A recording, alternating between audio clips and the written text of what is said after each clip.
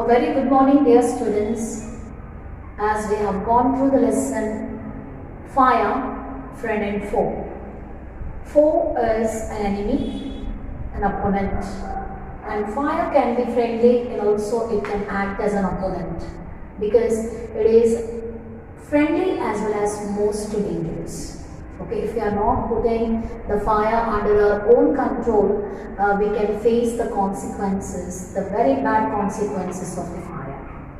And in the previous lesson, we have seen how the fire can be taken under control. The first thing we have studied is we can let a fire die out by taking away the fuel. So when there is fire, if you wanted to put out the fire, you can take away the fuel first. That is one of the methods, one of the ways of making the fire die out.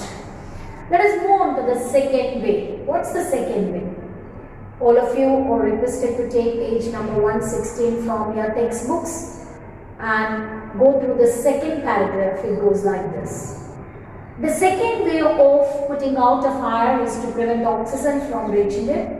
No supply of oxygen means no fire.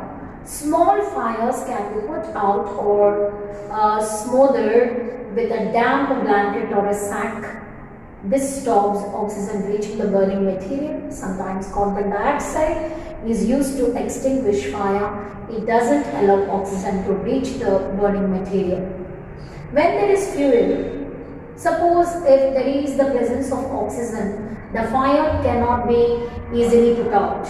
If you wanted to put out the fire, the second method of putting out the fire is to take away the oxygen. If you stop or regulate the supply of oxygen to the material which is letting or making the fire, that is nothing but the fuel. Suppose if you take away the oxygen from the fuel also, you can put out the fire. The first thing is the supply of oxygen must be stopped somehow by using a blanket or a gunny bag or a sack. If you put on the fire, the supply of oxygen is somewhat controlled. The other method is if you take away the oxygen, okay, reaching out to the material, also you can stop the fire. Sometimes carbon dioxide also can be used in order to put off the fire. It means whenever you release the carbon dioxide, there won't be no scope for the oxygen to work out. Okay? So wherever the oxygen is working out nicely, if you try to extinguish the fire using CO2, carbon dioxide, there will be no supply of oxygen, so easily we can put out the fire. Let us come to the third paragraph. The third way of putting out the fire is to remove the heat. First thing, what we have used in order to let out the fire, first of all, the fuel should be taken away. Whenever you separate the fuel from the fire can be controlled. The other method, the second method of controlling the fire by stopping or by regulating the supply of oxygen to the fire. What is the third? The third method is removing the heat. If you are not heating up the fuel, there is no scope for making a fire. So even if you have fuel, if the fuel is not heated up, there won't be no burning happens. The burning occurs, okay, if you wanted to burn the fuel or burn the material of the fuel, what you have to do, you have to heat up the fuel. Suppose if you are not supplying the heat to the fuel, this is also one of the methods of stopping the fire. See, the third way of putting out a fire is to remove the heat from the fuel. If the temperature can be brought down below the flash point, if you bring down the fuel's flash point below of it, okay, the optimum flash point is maintained by every single fuel. Suppose if the fuel's kindling point or the flash point or kindling temperature is brought below the point also, you can stop fire. Okay, this is one of the methods. and the fuel stops burning whenever we bring down the flash point or the kindling temperature. You blow on a burning matchstick or a candle to put it out. In doing so, you remove the hot air around the flame, bringing down its temperature below the flash point. So whenever the birthday cake is cutting, before we cut the cake, what do? We blow out the candles. What are we doing actually? We blow out the air, the hot air towards the flame of the candle. Then the candle receives the hot air, so the temperature or the flash point or the kindling temperature of that particular lighted match or the lighted candle will be brought down. That's why the candle never blow anymore. This is one of the, what is that we can say? This is a fact regarding how we will blow up the candles, blow the air towards the candle. Okay, we have to blow out the flame, or we can bring down the kindling point, or sometimes water is also sprayed on fire. So while the fire engine comes to the place wherever the fire accidents occur, usually it's used to, or the hose pipes are used to put off the fire by spraying water. When we spray the water on fire, we are bringing the temperature down, isn't it? It absorbs heat from the burning fuel and lowers the temperature. What does it do? The sprayed water can absorb the heat from the burning material or the burning fuel and lowers the temperature. So that's why what do? Usually we form the fire extinguishing machines, fire brigade, and whenever the fire brigade comes, they use the department of the fire, they use the hose pipes, the big hose pipes, and they just spray the water over the place or that particular area wherever this fire accident occurred. The blanket of water also can cut off the supply of oxygen and the fire is easily extinguished. What is that? The water full of the blanket which is full of water. The blanket of water also cuts off the supply of oxygen. So wherever the burning is happening, wherever the big blazes of the fire occurred, there if you just throw a blanket full of water, it can also absorb the heat of the temperature and it cools down that particular place. It supplies, the supply of oxygen is completely cut off, and the fire can be easily extinguished. Some fires cannot be put out with water. See, water is not just the resistant of fire. Sometimes it doesn't work out. Even the gallons of tons of water, even if it is carried to the place wherever the big blazes of fire is occurred, the fire accident is occurred, sometimes the flames of this big blazes of fire cannot be stopped, it cannot be brought under control. Then what do? If water is sprayed on to an oil fire, the oil will float to the top of the water and continue to burn. So when we just throw the water over the oil, suppose there is a petrol bunk, there occurred one fire accident. Suppose if the water is sprayed over the oil, what happens? What happens? It doesn't absorb the heat.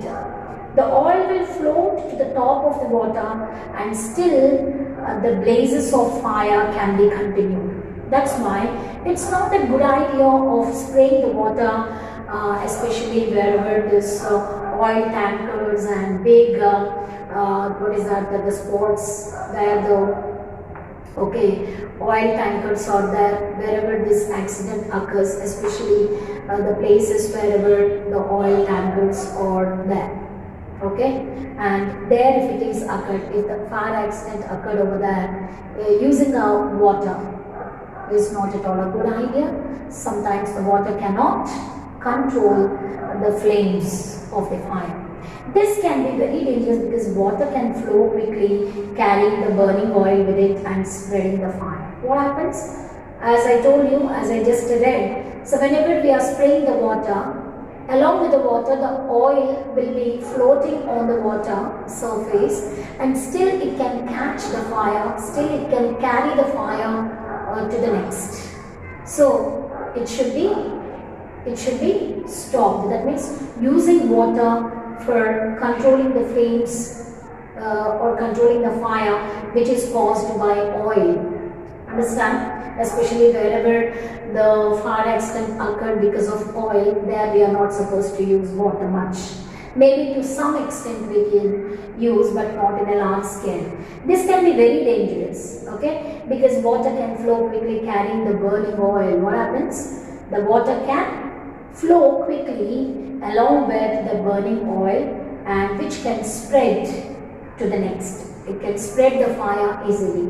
Water should also not be used on fires caused by electrical appliances. Suppose any fire accident that is caused because of electrical appliances, we are not supposed to use water. Water can encourage those fires much, okay? In a large scale, that fire, okay, can be spread. That's why we are not supposed to use water, suppose if the accident is caused by electrical appliances.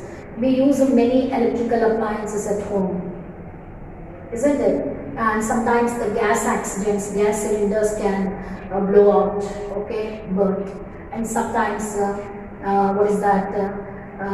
short circuit because of this electrical appliances. We are not supposed to use water there.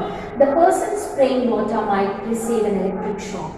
Suppose if we use water, a person who is using this water can get electrical shock and be killed, and he would be lost his life. That's why it's not at all suggestible to use water wherever the fire is caused by electrical appliances, and wherever the oil is, that means oil can be a root cause for getting the fire, isn't it? A carbon dioxide extinguisher is the best thing to fight an electrical fire. So wherever the electrical fire is occurred, there we have to use a CO2 extinguisher. What is that? The extinguisher of CO2. CO2 cylinders, the extinguishers must be used in order to control the fire. So as I said to you, electrical appliances, the fire is caused due to electrical appliances, maybe electricity problem. So due to electricity, short circuit and all, we are not supposed to use water at all. Instead of water, we have to use CO2 extinguisher. Understand? And we spend millions of rupees each year in fighting fires, especially in India. Not only in India, in most of the places, fire accidents are very, very common. And in our country, India, every year we are spending some millions of rupees on this kind of accidents caused or in order to fight the fires, okay? And we spend more trying to find new ways of preventing fires from happening and getting out of control. Using science and technology nowadays in modern technological ways of putting out the fire, okay? We are also started using these techniques. We adapt to different kinds of techniques in order to put off the fire, isn't it? On the whole, we have learned rather well to control the fire and put it to good use in our everyday life. Instead of getting into fire accidents, we have to understand the fire and its influence over the other material, and we should use our knowledge and wisdom in order to fight the fires, okay? Instead of fighting with fires, we should use this fire for the good purpose in our daily life. Long ago, there were no firemen. Once upon a time, there is no department of fire. There were no firefighters. Firemen were not there. People used to carry the buckets full of water by forming a big chain. Suppose one person is standing here, the other will stand to the next and another one is stand to the next. Likewise, they used to pass or forward the buckets of water from the source of water in order to put off the fire. So wherever the fire is occurred, there this water buckets would be passed from one another, and they used to fight with the fires. Then fire broke out. Break out in the sense happens. Broke out. Suppose a fire is broke out, everybody became a firefighter. Suppose if there occurred any fire accidents, people used to form a big chain. The chain of people will be standing one to the next, and one person would be very close to the water resource, and he would be drawing the water from the well or from the hand pumps, and they used to pass it to the next people till the place where the fire is occurred. This is the way, this is one of the ways in which the fire can be stopped. People formed human chains, as I told you. People used to form human chains. They still do if required, and pass the buckets of water from a well or a pond to the blaze. Wherever the fire blaze is occurred, to that spot, the people used to form a big chain, and they used to pass the bucketfuls full of water to one to the next, and this is the way they used to fight with the fires. The remaining part of this lesson will be learned in the next class.